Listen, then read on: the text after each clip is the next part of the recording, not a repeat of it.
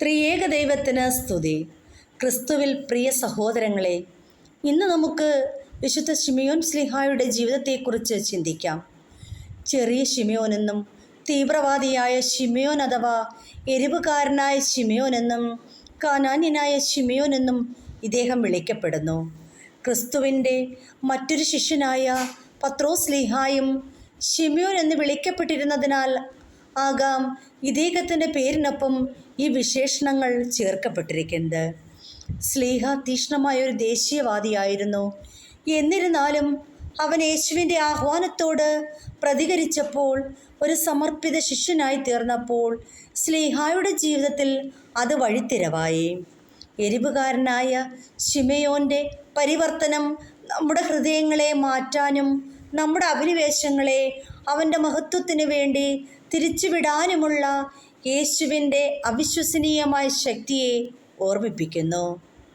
ഒരു തീക്ഷ്ണതയുള്ള ആളെന്ന നിലയിൽ ഇസ്രായേൽ മേൽ റോമൻ ഭരണത്തെ കഠിനമായി എതിർത്ത ഒരു ഗ്രൂപ്പിൻ്റെ ഭാഗമായിരുന്നു ശിമിയോൻ ശ്ലീഹ. തൻ്റെ രാജ്യത്തോടുള്ള തീക്ഷ്ണത തീവ്രമായിരുന്നു. എന്നാൽ യേശുവിനെ കണ്ടുമുട്ടിയപ്പോൾ ശിമിയോൻ്റെ തീക്ഷ്ണത ഒരു പുതിയ ദിശ കണ്ടെത്തി. ക്രിസ്തുവിനെ അനുഗമിക്കുന്നതിലേക്കും സുവിശേഷം പ്രചരിപ്പിക്കുന്നതിലേക്കും അവൻ തൻ്റെ അഭിനിവേശം മാറ്റി.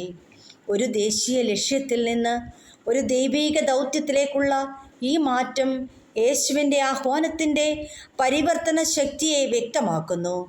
നമ്മുടെ വ്യക്തിപരമായ ബോധ്യങ്ങളോ മുൻകാല അന്വേഷണങ്ങളോ എത്ര ശക്തമാണെങ്കിലും നമ്മുടെ ഹൃദയങ്ങളെ രൂപാന്തരപ്പെടുത്താനും നമ്മുടെ തീക്ഷ്ണതയെ തൻ്റെ രാജ്യത്തിലേക്ക് തിരിച്ചുവിടാനും യേശുവിന് കഴിയുമെന്ന് ശിമിയോൻ ശ്ലീഹായുടെ ജീവിതം നമ്മെ പഠിപ്പിക്കുന്നു.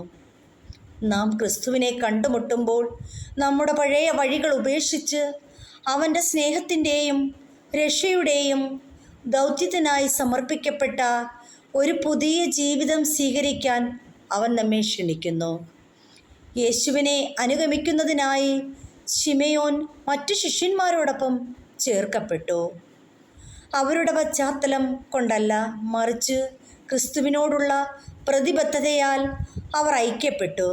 നാനാത്വത്തിലുള്ള ഈ ഏകത്വം യേശുവിൻ്റെ ആഹ്വാനത്തിൻ്റെ സമഗ്രവും പരിവർത്തനാത്മകവുമായ സ്വഭാവത്തിൻ്റെ ശക്തമായ തെളിവാണ്.